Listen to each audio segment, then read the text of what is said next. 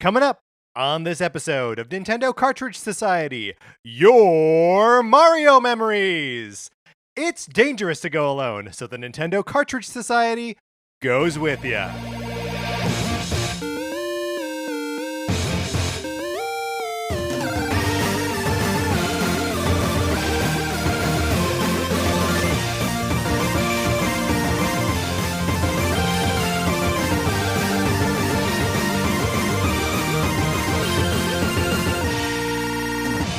Welcome to Nintendo Cartridge Society. My name is Patrick Ellers, and I am joined, as I am always joined, by my co-host, Mark Mitchell. Mark, how's it going? It's going great. I am really excited to be in the position we are right now, the end of Mario month, ready to share Mario memories as a group, as a team. That's right. Like a team of hosts and of listeners. This is a team operation here. We're all working together to put this show together. I'm very happy with it. Let's quickly get through our business up top here. Sonic Forces borrowing program sort of exists still. Look, we have ideas. It's going to come back in a big way. I think it's fair to say we have a plan that we are excited to be announcing next week, but we will not be announcing it today. No, we shall not. But get on that list, Nintendo Cartridge Society at gmail.com. And give us a mailing address where we can send something to you once the program is back in force. Mark, we got a 5-star review on Apple Podcast from Senior Twist. Thank you, or possibly Senior Twist. Senior, it is Senior Twist. It's Senior. Okay, great. Thank you, Senior Twist. We love seeing it. Anyone can review us. It's a quick and easy thing to do, and we appreciate it when you do. Also, speaking of things that may be becoming less easy and less quick, but are still important, please vote for Joe Biden and Kamala Harris. The election is next week. It's on Tuesday.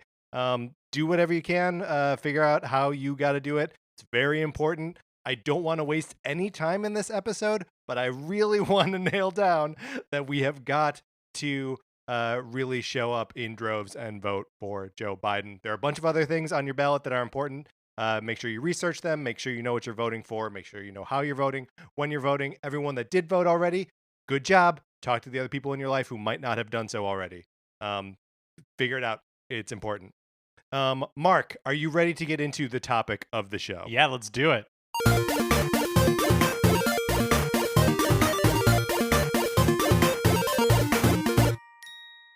We are, of course, sharing our Mario memories, but more importantly, we are sharing your Mario memories. We asked people for the last, 2 months? Mark, we gave ourselves a lot of lead time. We gave ourselves, again, it's a team effort, though. You got to get everybody involved. That's right. So we've been asking you to send in your Mario memories. You guys did, and before we start diving into some of those, and we've got there are some awesome stories in here. I'm very excited to share them with everyone.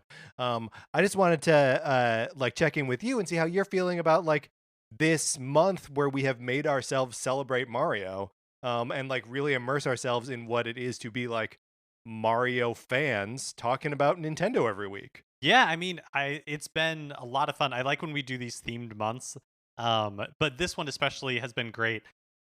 Mario means so much to me. Mario to me is just so many memories of family and being able to spend time with people that I don't get to see very often anymore.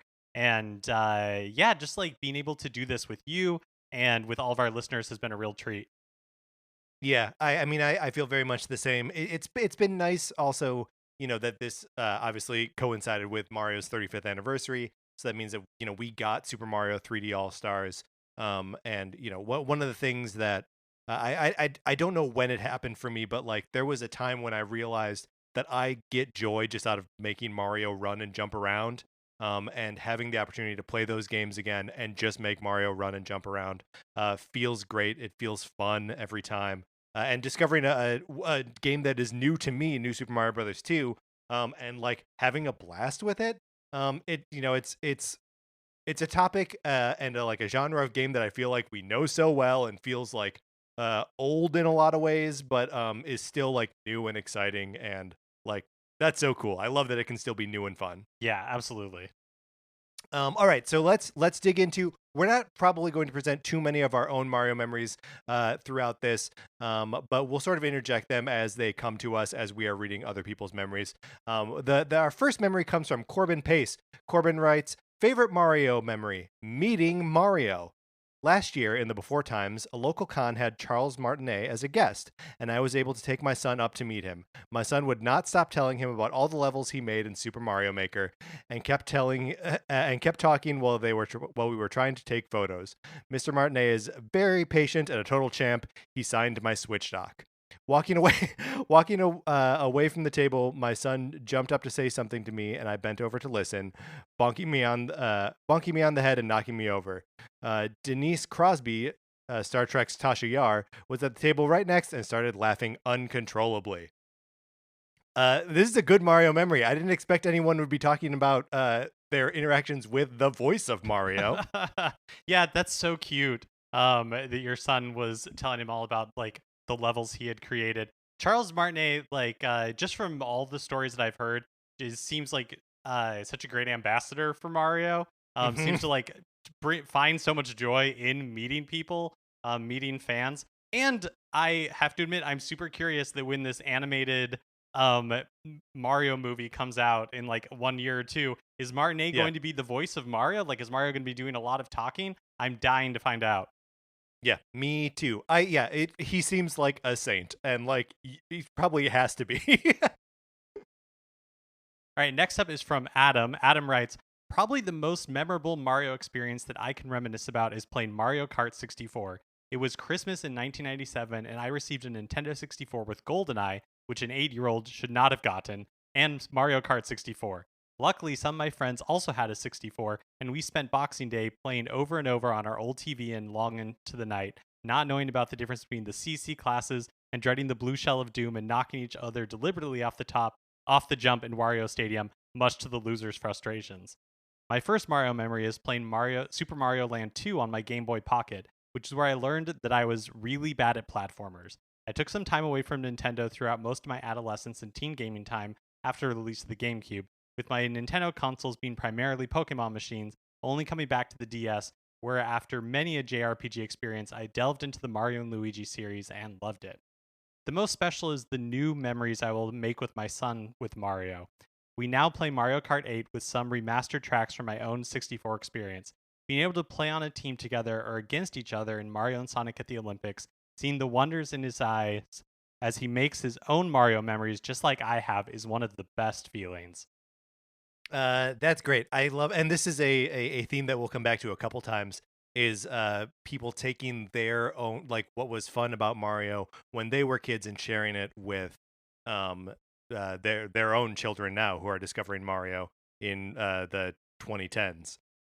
I also think it is a little bit of a common refrain that I cut out of a lot of things, of people saying, I played the early Mario games from NES through N64 and then sort of fell off for a couple years. A totally common experience. There just sort of was a black hole of Mario for a little while that like we weren't super excited about it. Even if Mario Sunshine came out in that time, Mark. Yes, I see you. Next up, we've got a memory from Jason. Jason writes, my favorite Mario moment is the end of New Super Mario Bros. Wii. It took my brother and I forever to get through the castle to reach Bowser. We were so excited when we beat Bowser on the bridge. Watching Peach turn around in that cage and seeing it was really the witch was a huge surprise. We absolutely lost it watching Bowser grow. The last half of the level is incredibly difficult, but one of my favorite boss fights. Honestly, it was the greatest gaming moment for me as a 4th grader. Mark, where did the new Super Mario Brothers Wii Bowser fight fall in our Bowser fight rankings? Oh man, do you remember? I'm trying to look it up right now, but I think it made it. Oh wait, here we go. I think it was pretty high because we both commented on how much we like the fact that it incorporated, that incorporated platforming. It made it. It's like right in the middle. Great, good memory. Okay, up next, we have Matthew Todd. Matthew writes, I don't remember how old I was exactly when I received my NES with Super Mario Brothers / Duck Hunt. I remember going over to my dad's friend's house and saw him playing it, and I thought, I want one. I was born in 1988, so I was not very old when I played this and wasn't very good at it. The only games I had were Super Mario Brothers / Duck Hunt and Teenage Mutant Ninja Turtles. I loved just playing the first few levels of Mario, mainly because I couldn't beat World 1-3. That music was amazing. When I got tired of dying, I would switch over to Duck Hunt. That zapper was amazing, but that dog, when it laughs at you, I just wanted to shoot it. I remember one day going to the video store near our house, Roadrunner Video, and seeing the Super Mario Brothers movie. I had to see it, but I wish I didn't. I was so disappointed after watching it because it didn't look like the game. But I made a mistake in abandoning Mario by selling my SNES and 64 to get a PS2. I bought a Switch right when Super Mario Odyssey came out. I beat that game within the first 2 weeks of buying it. I just love all the nostalgia that game has in it. I started collecting all of my old systems and games I used to own about 3 years ago. I now have every Nintendo system except the Virtual Boy with over 500 games. I really hope Nintendo does the 35th anniversary 3D collection. I just really want a remaster of my favorite game, Super Mario 64. I hope this helps with your anniversary show. Thank you for keeping everyone entertained with your podcast. I really enjoy it. Have a great day. So this one came in before the announcement of the Super Mario 3D All-Stars. We really were hyping this for a long time. Yeah, a long time. So Matthew, you got your wish. I hope you enjoyed it. Also, that sounds like a very impressive game collection. If you don't have the Virtual Boy, man, it's incomplete. I'm sorry. Oh, harsh. Matthew, No, I'm impressed either way. I'm just razzing you. Our next memory comes from Christian Mahan. He writes, Mario wasn't part of my childhood, really. In general, video games in general weren't. We couldn't afford them, so Mario and video games existed mostly on the periphery. Mario existed as a game my friends had. Pokemon was a game my friends could play on the DS that I didn't have. It wasn't until recently that I was able to work hard and break the cycle of poverty in my family, and Mario Odyssey was the first game I used to delve into some more classic franchises that I missed. I've played Vanilla Mario, but this is the first game that I've finished. It was something that made the broke little kid in me smile and made for a strange landmark in my life. It's kind of like a sign that I made it, a physical representation that I've grown into my own man, and I'm doing well as an adult. I played it with my girlfriend, soon to be fiance, congratulations, who I have a happy, healthy relationship with, something else I didn't think I'd have. The whole experience was really potent and very powerful for me, so I figured I'd share. Thank you for hearing me out. Christian, that is a great memory, and I love it. I know that this is a little bit different, but like, realizing the role that these things have in your adult life is so like interesting and powerful to me. I'm glad that you were able to share it, and good on you for being able to be in a healthy relationship and all that good stuff. Yeah, thank you for sharing that, Christian. Okay, next we have a trilogy of people whose like Mario experiences were ruined, or I guess a trilogy of people ruining Mario for other people. Yes, that's right. So Jay Hughes wrote in saying, just a heads up, guys, this is more of a nightmare than a memory. When I was little, we had this neighbor kid named Adam who lived down the street. He invited me over one time to go play the original Super Mario Brothers on the NES. Sounds like a good time, right? Wrong. Adam's mom called him into the other room for something while it was his turn, and so he paused the game and left the room. As an adult now, I can admit that taking the controller and unpausing it and playing during his turn was not the best thing to do.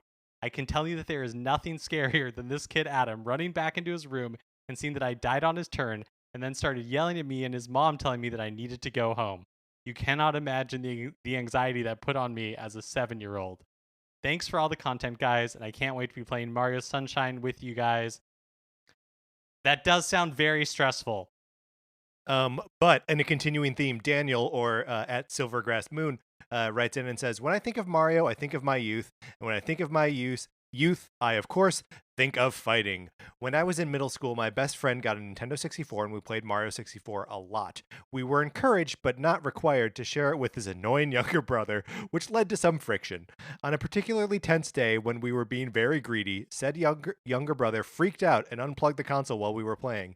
Looking back on it, this really wasn't a big deal, but my friend became enraged and punched his brother right in the face as hard as he could. Of course, we were nerds and we didn't know how to punch, so we just made made a fist by closing his fingers around his thumb, breaking it upon impact.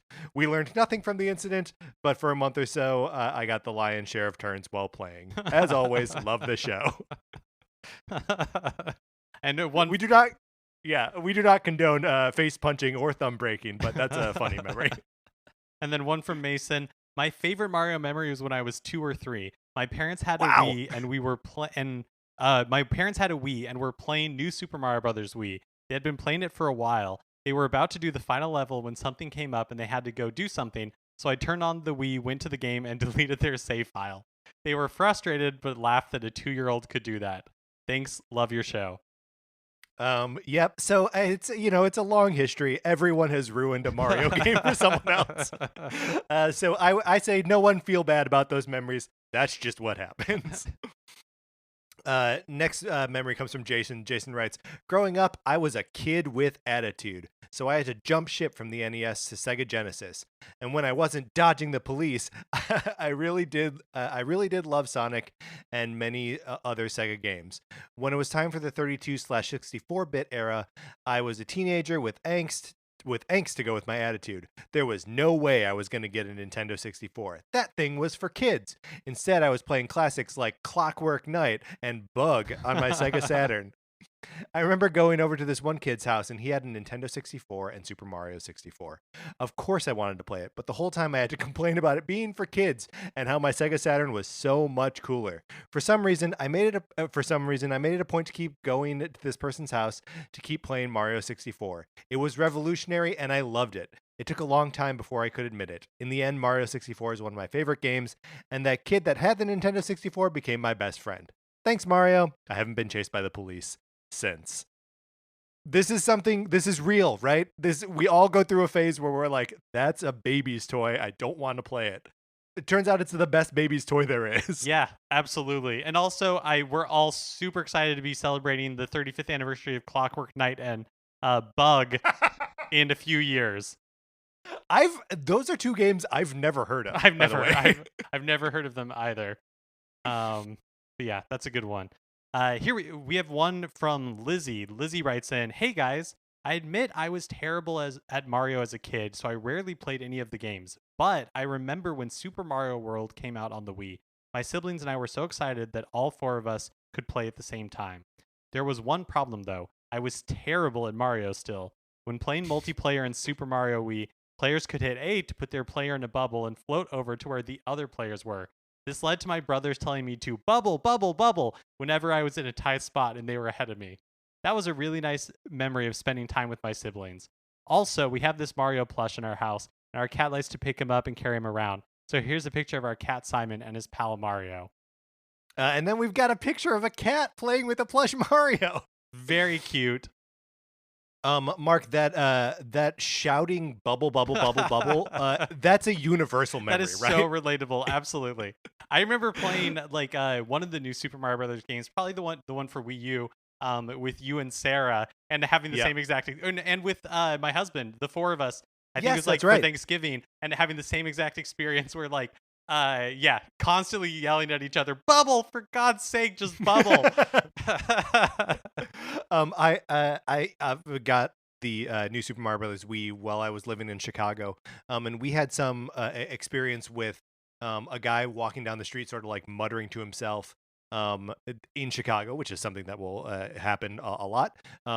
Who like he reached the corner, like we passed him on the street, he reached the corner and just yelled double bubble, and so we yelled double bubble to each other while playing new Super Mario Brothers Wii, as like an anthem of like, get in that bubble. Our next memory comes from Blake. Blake writes, "Hey Patrick and Mark, got some time to finally write in, and all I can say is that my relationship with Mario's had its ups and downs, but it's been a very enjoyable one regardless. I will mention all my memories." Blake, I cut out some of your memories. All your memories is too many memories. Thank you for writing in. "My first memory was when I was about 3 and my dad had an NES and I played Super Mario Bros. 2 USA, as the first one was just too hard for me at an early age. Super Mario 3, I first saw the game from my next door neighbor. The map screen just looks so cool, and I remember seeing a TV interview of Macaulay Culkin playing it and it solidified my desire and I to need it even more. That's Mark, amazing. let's pause there for a second. I would kill to see that interview right now. That sounds Hopefully, awesome. hopefully, maybe after we're done recording, I'll try to Yeah, find it on YouTube, and if we can, we'll include a link in the show notes. that perfect. I also really like the note that playing Super Mario Brothers 2 for as like your first Mario game because the original was too hard. Um, I feel like people give a lot of crap to the like idea that Japan gave us Mario USA because Mario 2 was too hard. Like that's the right choice. The original Mario is too hard for like it can be difficult for Yeah, anyone. totally. And the lost levels, get out of here with that. It's too hard. Blake goes on. He says, the best memory. As I got into my 30s and more settled, I started to play video games more, subscribing to you guys, and so on. I bought a Switch and a copy of Super Mario Odyssey, and I felt like a kid again as I felt true hunger to finally want to play Super Mario game again at any chance I had. I'd be at work thinking, "Man, I can't wait to get home and play Mario." The same thing I would have said as a kid when I was 6 years old. Is that a bad thing? Oh well, I don't care. Because Super Mario Odyssey is one of the greatest Mario games ever, and I look back fondly on the excitement of playing that game. Love the show, homies. Blake, no, that's not a bad thing. That's a totally normal thing. And like life is hard. So having those Yeah, sort of things that you can like look forward to, that's the whole point of why of speaking for myself, but I think you too, Patrick, like I think that's the whole reason you and I really like Nintendo and like Mario. Like I mean, what other company's like stated goal is to bring smiles to people's faces?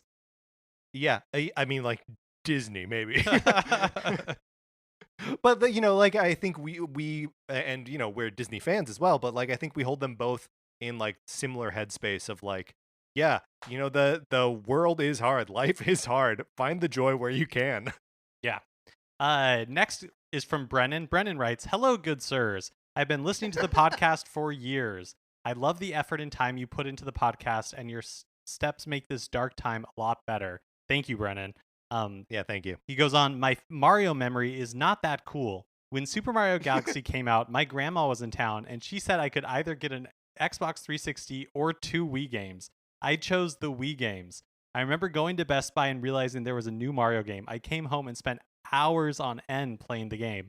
I remember there was this one world that was made of candy and cookies. The platforms Mm. had cutouts and moved. I struggled on it for hours. I came to it with like, I think 50 lives, and I got several game overs. I have come back to the game with the release of 3D All Stars, and with that, I came back to the dreaded world. It turns out I was just terrible, and it is super easy. I beat it on the first try. I have had a ton of nostalgia going back and playing the game, and I realized how well polished it is. I hope you two have a great time with it. From a fan." That's great, Brennan. Can I share my Mario Galaxy memory?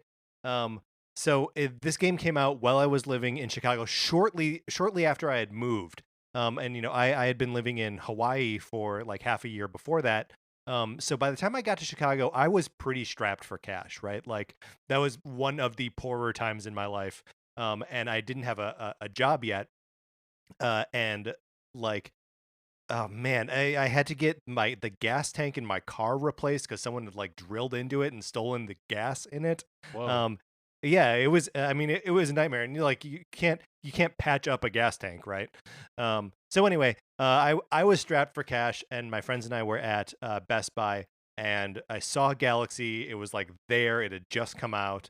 And this was sort of in the time before the sort of ubiquity of like game previews and stuff on the internet. So like I didn't really know the game didn't have a reputation yet. I hadn't really seen it in action, but I was just feeling low and beaten up and beaten down. And so I dropped the $50 on it, and like while doing it was like, this is a bad choice. Like economically, this is not a good move for me. But I got a job shortly thereafter and like got back on my feet. And I loved that game. It was so much fun to play with my roommates, with Sarah. And like, yeah, that game brought a lot of light into my life. Even as it took, my last like $50 away from me. I had a similar experience to Brennan, but with Super Mario Sunshine. There's like a couple of bosses in that game that I remember like struggling with so much, and then playing it this time, I was like, why? I mean, I'm having trouble with other parts of that game. But those bosses, I just like cruise through. So I was like, oh, that's like a pleasant surprise. I was kind of dreading like this part of it. It's always like nice when you can go back and like conquer those like things that were really difficult.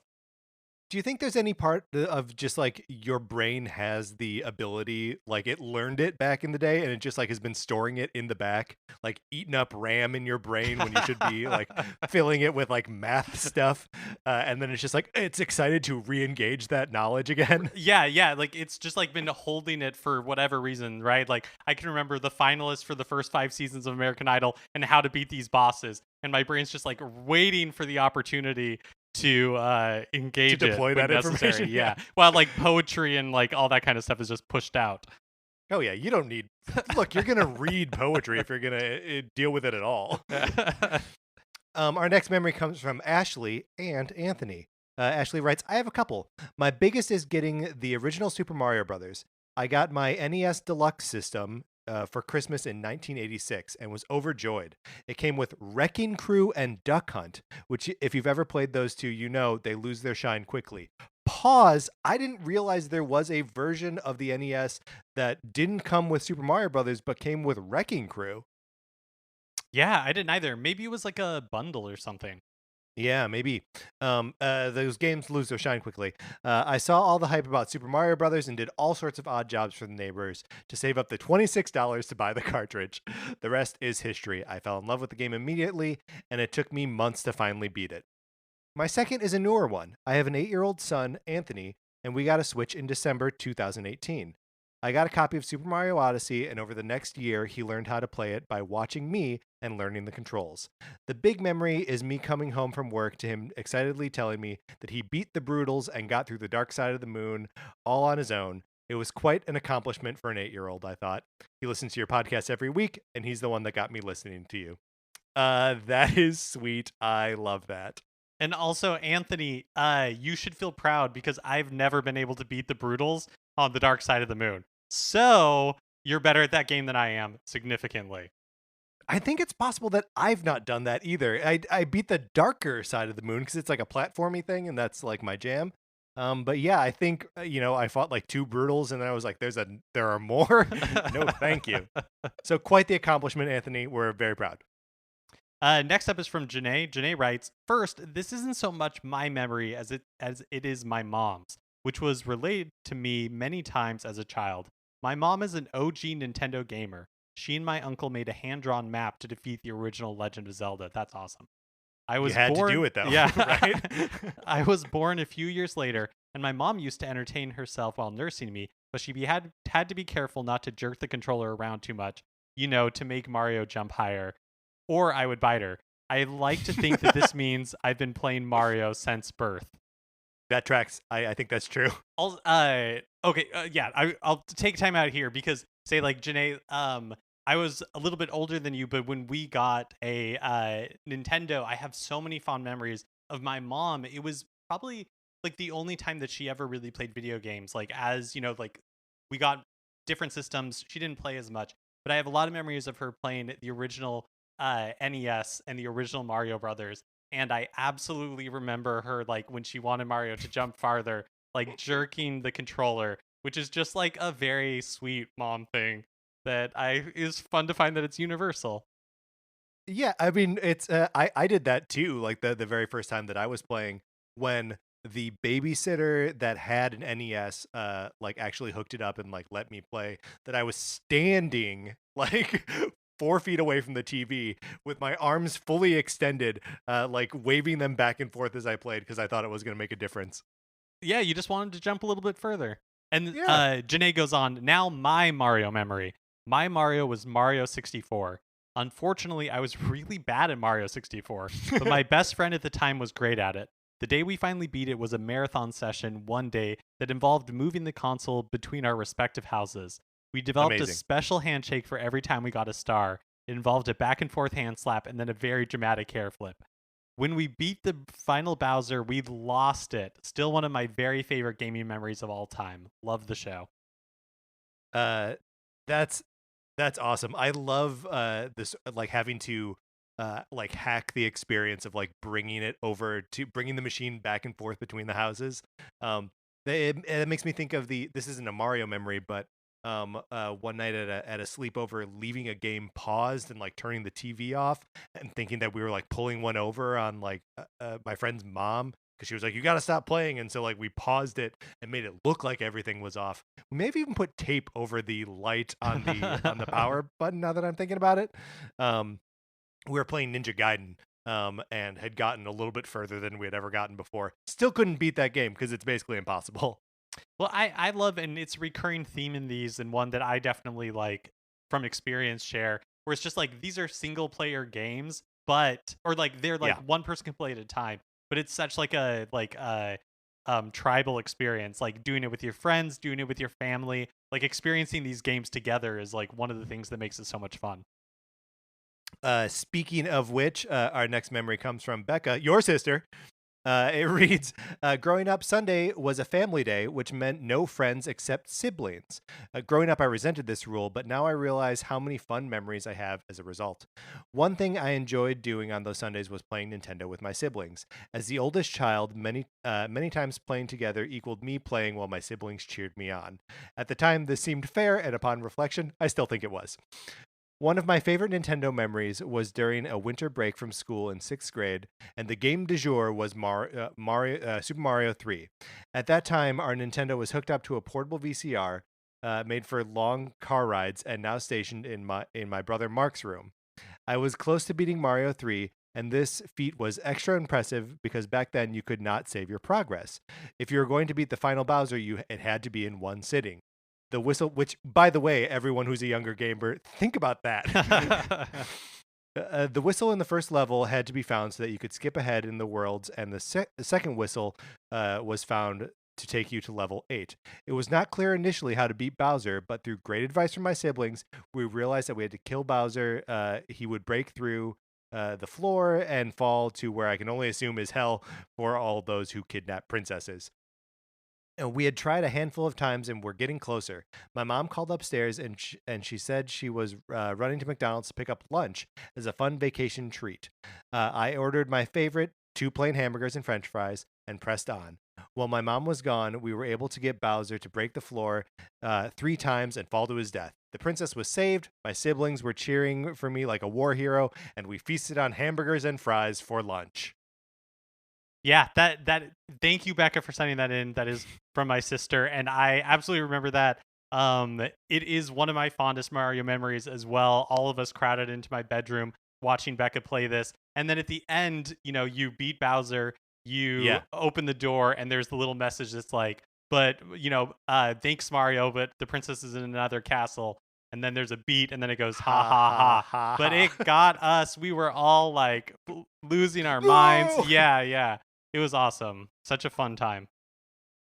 And a good Bowser fight. I forget where we ranked Yeah. it. Mark, I'm going to ask you not to go check. Okay, you know what? I appreciate you I appreciate you not making me do that. Coming up next is Dustin. Dustin says, "My Mario memory is either the Christmas of 80 is from the Christmas of 89. Really my first memory, if I think about it, was unboxing my NES and playing Super Mario Brothers 1 all Christmas with my mom. The truest memory of Mario is Super Mario Brothers 3, going to visit my grandmother and her sister who had a copy hooked up to a small TV in the living room. I was always so excited to show my great aunt the secrets, the whistles, the coin ship from 1-4. She had never seen past World 1, so it was always a good time showing her the game she hadn't seen." Man, I am jealous of anyone who had a grandparent who tolerated their video gaming at all. My grandparents could not engage with me on that level, like in any capacity.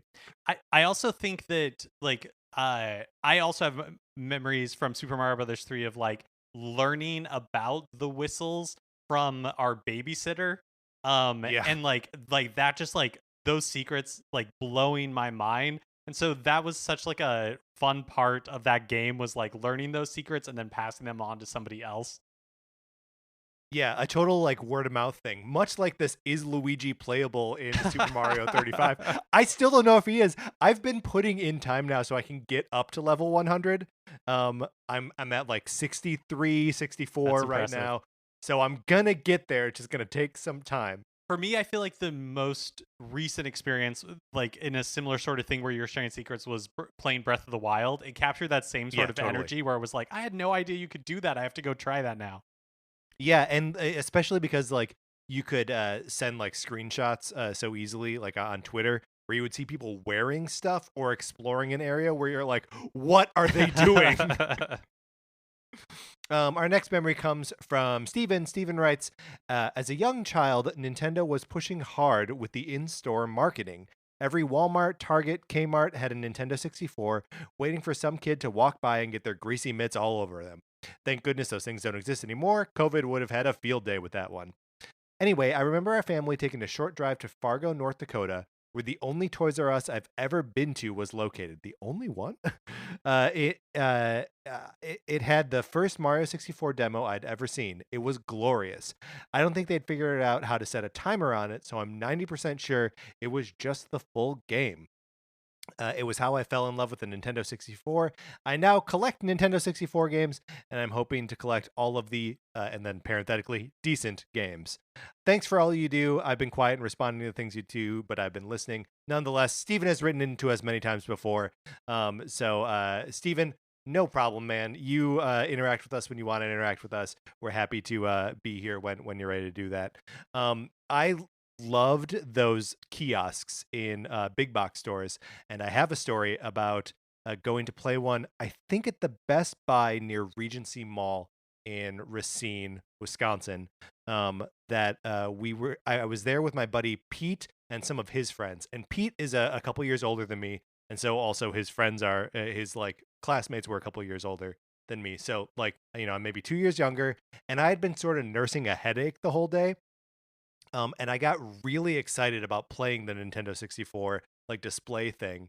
And so we were like crossing the parking lot from the Toys R Us to the Best Buy, and there was like a sort of like grassy hill and like a pond. And I don't know if it was because I was excited or because I had this headache or what, but I just barfed like in the pond, around all these older kids that I was trying to be cool in front of. And because I was trying so hard to be cool, I just like sprung right up and was like, all right, let's go.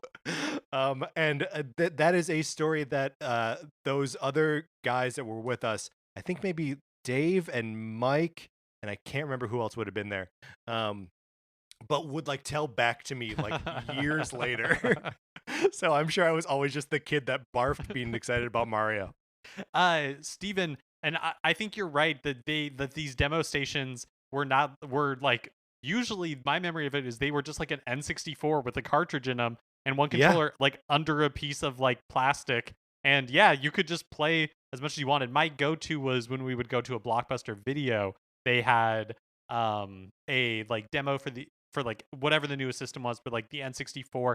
Then I think that's the only time that I've ever played the original Nights into Dreams, because they also had a demo station, because we were a Nintendo family, so I never owned any other systems. So it was also the only other time that I ever like, unless I went to a friend's house who had like a Genesis or something, that I'd like try out these like weird random systems that I never experienced myself. That's great. There was also a time where there were Nintendo 64s set up at McDonald's too, right? Yeah, I do remember that. Yeah. And also like I know it was big in like the Wii era that like you could play Wii games at kiosks. And I also remember there being like 3DSs too, and I think a lot of that was to like get people to actually like see the glassesless 3D. Obviously none of that exists now because like stores aren't really functioning the same way. But there must be like Switch kiosks somewhere, right? Yeah, for sure. Like Best Buy and stuff. I think the difference is that just like the ubiquity of it, right? Like, sure. The places you can go that like have video games for sale are so few now. Yeah. And of course, we read a story about there being kiosks at the airport where you could play Switch. Yeah. Up next is from Arlo. Arlo writes, "Hello, Mark and Patrick. My favorite Nintendo memory is probably the day when our mom went off to Best Buy to buy our brand new Nintendo Switches. I was ecstatic for the whole school day. Thank goodness it was Wednesday, the only school day that just goes till 2, or else I think my head would have blasted off with excitement. After school, we rushed home. only to find our mom wasn't back from Best Buy yet. No. Then No. 1 minute later, our mom pulled in with our Nintendo Switches, The Legend of Zelda Breath of the Wild, and Super Mario Odyssey. We dashed upstairs to open them. I gotta say, the packaging on this console is slick. For the first time ever, I snapped those Joy-Cons in place. The bell chimes when you first pick up the woodcutter's axe in Breath of the Wild, and Cappy's little gibberish in Mario Odyssey. These sounds instantly found a place in my memory. Whenever I hear those noises, I think of that day. The next day, the power went out. For a whole week, we got to stay home from school, and I just played video games. I still remember that sunny morning when I curled up on the couch and finally got the paraglider. Then, with a great sense of freedom, sailed off the Great Plateau into the Breath of the Wild sunrise. I hope you enjoyed my Nintendo memory. I can't wait to hear the Mario memory episode at the end of the month. Keep doing what you do. With admiration, Arlo. Thank you, Arlo. That's an awesome. You lost power for a week? That's intense. That's very intense. But I guess it's good that you had a Switch to keep you company during that time. Man, I love the detail of that school only goes until 2 on Wednesdays. I love that. That brings me right back to like the weird little idiosyncrasies of a child's schedule where you're just like, oh yeah, I don't know why, but for some reason, whatever reason, this day is a little bit shorter than the rest of them. Yeah, that sounds like a really magical week. Yeah. Our next memory comes from Nathan, and this is a little bit of a callback to our episode about Mario spin-offs. And a little bit Nathan, of a call out. And a little, yes, a callback and a call out. So, Nathan, you're getting your moment here. Nathan writes, I was a little disappointed that you left Hotel Mario off your Mario spin-off ranking. Although I fear the game would have fallen victim to the early acts you served the Mario educational games due to its status as an outside developed licensed game. I must come to its defense.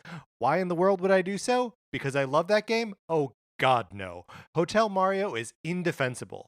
Unfortunately, my interest in Hotel Mario is that it is most likely my first Mario experience, so arguing its validity as a Mario game helps me cope with the insecurity that arises from my history with the game. My first video game experience was probably getting yelled at by my older brother for saving over his Pokemon Crystal file. It happens to everyone. See, everyone, it happens. But my first console experience was with the Philips CDI. My great aunt owned the system, and I cut my teeth on the wacky world of miniature golf with Eugene Levy and the aforementioned Hotel Mario. I know. Do we need to just pause on that for a second? There's a wacky world of miniature golf with Eugene Levy. Oh my gosh. I want to play it so bad. Nathan continues, it's a miracle I continued to play games afterwards. I don't so much remember playing Hotel Mario, but I remember watching the animations as my cousin beat the game several times. All humor aside, I can remember really enjoying my experience with the game. I was probably around 4 when I was first playing the game, and for someone who had no prior Mario experience, the game didn't feel odd at all. I haven't played the game in a very long time, and I don't know who in the world has the Philips CDI. However, I do still have a sense of innocence-born nostalgia for that terrible game. Love the podcast. I'm a new listener, having found your show as I desperately sought more Nintendo news content after the Mario Direct this past September, and I haven't missed an episode since. Keep it up. Nathan, thank you so much for finding us and for sharing that memory. The first console experience was with the Philips CDI. Mark! Well yeah. I think one of the great things about being a kid is you don't have a concept of like a good game or a bad game. Totally. Games are just games. And then like I remember playing Superman 64 and I knew that I wasn't good at it or that I wasn't making progress, but I wasn't really like, oh, this is a like objectively bad game that would get a bad review score. You're just like, I guess I'm just going to keep banging my head against this wall because this is the game that I have to play. So I'm going to, like get every ounce of playtime I can out of it. Absolutely. I mean, earlier in this episode, someone mentioned the Teenage Mutant Ninja Turtles game for the NES, and that game is hard as nails and not good. But I can't tell you how many hours I sunk into playing that game. It was one of the first NES games that I bought on the Wii Virtual Console because I was like, yes, get me that awkward platformer. I need it. Also, Nathan, thank you for your defense ish of Hotel Mario, and if it makes you feel better, please we in our minds, we are including it in that group of Mario educational titles that we Yeah. quickly discarded. But it is Do in you think there. that'll make him feel better or worse? Uh, Next Mario memory comes from Pete.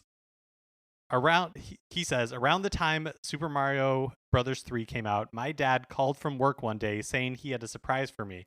As my mom drove me to his office, I increasingly convinced myself that the surprise was, in fact, Mario 3. It turned out to be a digital alarm clock. Boo. Jeff ended up getting it for Christmas, so we didn't have to wait too much longer. LOL. Jeff is his older brother. This is my buddy Pete.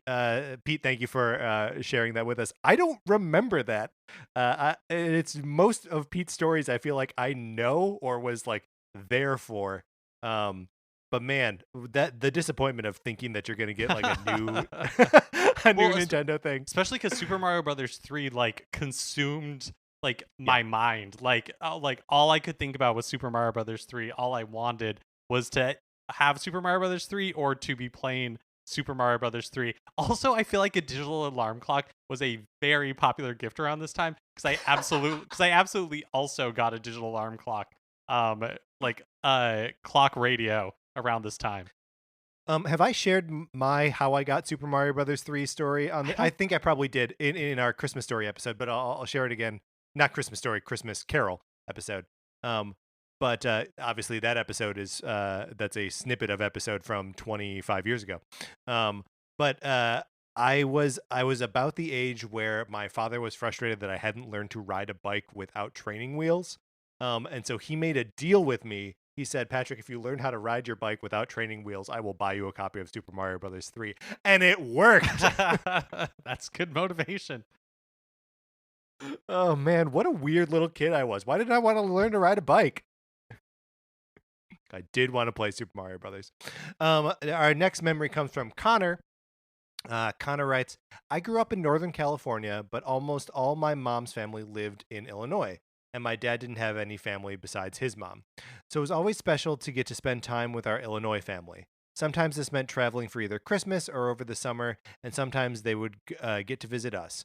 I always had extra special connection with my Illinois grandparents, so when they visited us for a particular Christmas, I couldn't have been happier. When they were around, that was when I was spending time with family felt the best. It was during this visit that I was practically consumed with Super Mario 64, and my grandparents were polite enough to ask me questions about the game and sit with me while I played it. They also had an NES in their house in Illinois, so while they weren't video game junkies, Super Mario wasn't entirely foreign to them. There was one day over the holiday break where my grandma was sitting with me and I entered the Bowser level, a whole 8 stars deep into the game. And finally making it to the warp pipe at the end of it, Mario was plopped into a scary area, a scary arena-looking place. I remember the camera panning from him to the source of heavy footsteps. Bowser. It was breathtaking. I beat him in Super Mario Bros. 1. How did he come back? Somehow, after what I'm sure were many tries, I beat him. I couldn't have been more excited. I was cheering, exclaiming, I beat the game! My grandma, who couldn't have known less about video games at that point, turned to me and said, I'm pretty sure this isn't the end of the game. And she was right. She humbled 8-year-old me. Looking back at this moment always made me laugh. It's hilarious. She eviscerated me. When I was thinking about this moment the other day, I realized something that I had never considered. This same grandma died in November of 2017. I didn't expect at the time, but the same day that Super Mario Odyssey came out, we also had our last phone conversation. I remember telling them that I was driving for my crappy job, but I was looking forward to playing the new Mario game that night. I would call my grandparents every few weeks to chat because they were a really fun couple of old fogies to talk to and always had a genuine interest in my life. Anyway, she passed away unexpectedly a little over a week later, and I flew back for the funeral.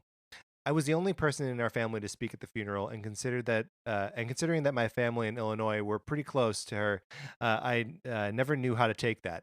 I sort of felt left alone by them as the only person to speak. On the flight home, I spent a lot of time with my Switch, and I was pretty far into my playthrough of Odyssey's main story. Eventually, on the flight, I defeated Bowser and was absolutely floored. The coolest part was being rewarded with the Mushroom Kingdom level, as well as the amazing Super Mario 64 costume. That part of the game hit me with some crazy nostalgia, and I adored it. Looking back the other day, I got really choked up thinking about this. Even though it was a wild coincidence that I finished the main story in Super Mario Odyssey on the plane back from that same grandma's funeral who was there when I beat Bowser 64 for the first time, it seems somewhat interesting now. Once again, this was not the end of the game. In fact, there were so many dang moons I'll probably never collect it all and complete it. Another funny parallel. Anyway, thanks for letting me share this long story. I can't wait to hear the Mario memories from other listeners. Thanks, boys, and happy Super Mario 35th anniversary to you both. Thank you for sharing that, Connor. Yeah, thank you. I like that memory a lot. It's again, I'm just jealous of anyone whose grandparents tolerated their video game playing at all. That's super cool. Next up is from Josh. Josh writes, one of my favorite Mario memories is getting Mario Galaxy on Christmas morning in high school, along with his Bruce Springsteen Greatest Hits CD. Oh yeah, that was me editorializing. The first few days especially, I'd be playing Galaxy with that CD playing in the background. To this day, whenever I hear some of the boss's earlier stuff, like Spirit in the Night, Blinded by the Light, Rosalita, other songs from his first couple albums, I think of those early mornings and late nights I spent playing through Mario Galaxy. I think in particular those earlier songs because they were the first songs on the album, and I hadn't heard them as much, if at all, before. Do you guys have any musical associations with video games like that? Also, did anybody else think of the final Bowser fight in Mario 64 as Rainbow Bowser?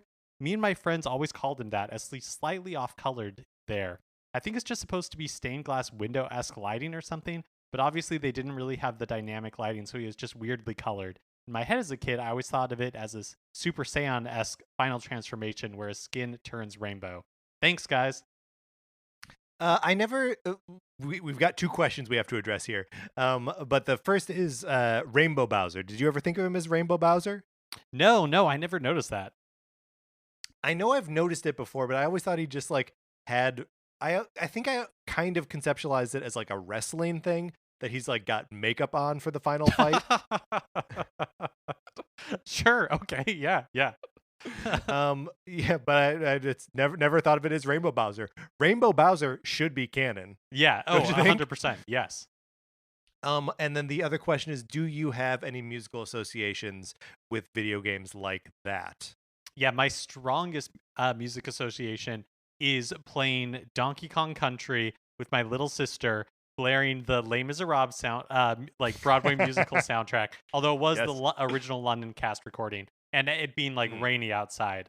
Like I feel like that happened on more than one occasion.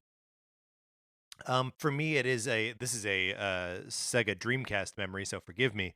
But it's playing Sonic Adventure and exclusively listening to Blink-182's Enema of the State. Which is so perfect. Oh my gosh, that's so perfect. That is the right attitude. Yeah, it was great. And man, I think I would have a hard time playing that game now without putting on Blink. Am I up now? I think you are. Okay. Anthony writes and says, in the times before when we could still visit friends, I went to my buddy's house to play some games. He and his son had been working on Luigi's Mansion 3. They were on the last boss. They showed me how the fight goes, and we all took turns passing the controller around, trying to beat the game. We got to King Boo, and I knew what to do, but not how to tell which was the real King Boo. Suddenly, my friend's son yelled excitedly, "The teeth! The real one has more teeth!" And he was right, and I beat the game. It was the most fun I've had with video games in a very long time, and it reminded me of being a kid with my friends playing NES and passing the controller around. Man, games are just better with friends. They are. They're better with friends and like better with kids and with family and like, I mean, all of this feels exceptionally like. That's the thing that I'm longing for right now is like, like I can play games with Sarah and that is great. And I treasure all of that. But like the social component of like getting someone to come over and sit on the couch and play games with you, there's nothing like it. Yeah, 100%. Also, congratulations on beating Luigi's Mansion 3. I didn't get anywhere near that. I keep meaning to go back. Yeah. Congratulations, Anthony. Next up, we have a memory from Mark. No relation. Mark says, Thanks again for the show. I listen here in Brisbane, Australia, and it's the highlight of my week. You were asking for Mario memories, and as I am in the older end of your audience, I'm 52, I thought I'd write with a memory that not too many of your listeners may have. I remember being at school in the early 80s, and a few of the wealthy kids had Game & Watch consoles, the most coveted of which was the orange flip-screen Donkey Kong machine featuring Donkey Kong, Mario, and a beautiful girl, as written in the instructions. Amazing. Not even Pauline, just a beautiful girl. I'd hang over the shoulder of my school pal, hoping to get a single go of the machine, constantly amazed at how responsive the buttons and movement of Mario was, and how the batteries seemed to last forever. Also, I loved the idea of snapping it shut and sliding it into your pocket for the bus ride home. Sure, it was repetitive and the beep beep sounds would drive parents crazy, but it was highly addictive. Alas, my parents never bought me one, even though I pestered like crazy. Fast forward many years, and imagine my joy when Nintendo released the DS Game & Watch collection cartridges for Club Nintendo in 2008. And the first one contained a perfect copy of Donkey Kong. If only they released the entire collection. I have both Game & Watch collections and the 9 Game & Watch DSiWare downloads. I still play it every few months on my 3DS as it is like eating a big bowl of comfort food. It also started a lifelong love of Mario that remains to this day with my Switch. That is some OG stuff right there. I love the Game & Watches. I don't know. I feel like I didn't know anyone who had Game & Watches when we were growing up. I wonder if there's like a regional thing there. Yeah, I didn't know anybody who had Game & Watches, but I had like the knockoff like like a Tiger Electronics. Yeah. Yes. exactly. Yeah. Where like even but they're so bad. Yes, I had the I had the Ninja Turtle one. I think we had a Double Dragon one. Mm. Where like you can punch forward or punch back. As one does. Straight backwards punching. Yeah, but that's dope. I love hearing slightly off the sort of like normal narrative of like we got an NES when I was little, or Super NES or Nintendo 64 or whatever. That's a cool Mario memory. Thank you, Mark, for sharing. Our next and final memory comes from Jimmy. Jimmy writes, I hope you both are doing well. I'm writing to provide my Mario memory in honor of his coming birthday. One thing I remember is my grandmother playing the game. When I got a Super Nintendo, my parents took my NES to my grandmother's house, so I would have something to do since I was there so much. Perhaps they were worried about how much Murder, She Wrote I was watching at a young age. Jimmy, I'm right there with you.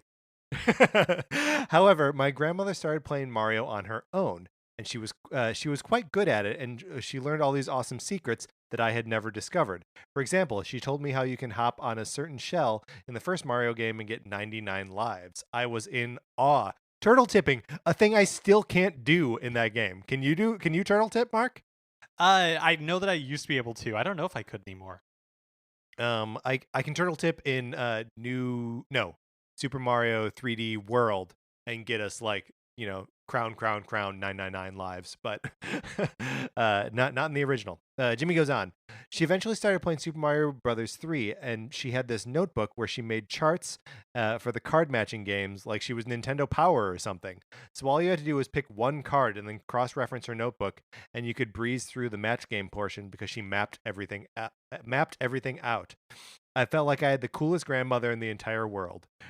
For years after, when the family would gather at her home for holidays, the notebook remained. Its pages became worn and yellow from cigarette smoke, but it was always there just in case. That's my memory, just an older woman with a can of Coke in one hand and a Misty Menthol Light 100 hanging out of her mouth, being an absolute pro at Mario. Thank you for the podcast and becoming a joyful part of my week. Jimmy, thank you for sharing. That's a great visual. Mark, that's it. We've reached the end of our Mario memories. Yeah. How you feeling? I feel great. Thank you guys. Thank you everyone who wrote in. Thank you so much for sharing your memories. I don't know. I'm just like in a weird way, like kind of like emotional about it. Like we're at the end of Mario Me too. month. I'm a little bit touched. It's just like, I feel like so many of these memories are all about just like connections with other people. And I think that's such an important thing in our lives. Yeah. And an important what you are listening to as you listen to this show is Mark and I connecting over Mario and Nintendo, and that's one of the first thing. We met in a comedy class, but I think we probably became friends because we were talking about video games and stuff. So like we like doing the show because we like doing the show, but I think we mostly like it because we get to hang out with each other. So it's a very meaningful thing that you all would share your Mario stuff with us, and we share with each other. And I agree. It makes me very emotional. It's very sweet. So thank you all very much for doing it. All right, Mark, let's close out Mario Month. That is going to do it for this episode of Nintendo Cartridge Society. Remember, please rate, review, and subscribe on Apple Podcasts. If you like the episode, you can share it on Facebook or Twitter or wherever you share sweet things like this episode of this show. You can follow us on Twitter. I'm at Patrick_Ellers. Mark is at MK Mitchell. And the show is at Nin Cart Society. We also have a Facebook page, which is just Nintendo Cartridge Society. Olivia Duncan made our logo. Our theme music is provided by 8-Bit Betty. You can get more of his music by going to 8bitbetty.com or by listening right now. For my co-host, Mark Mitchell, this is Patrick Eller saying thank you, sincerely, for listening.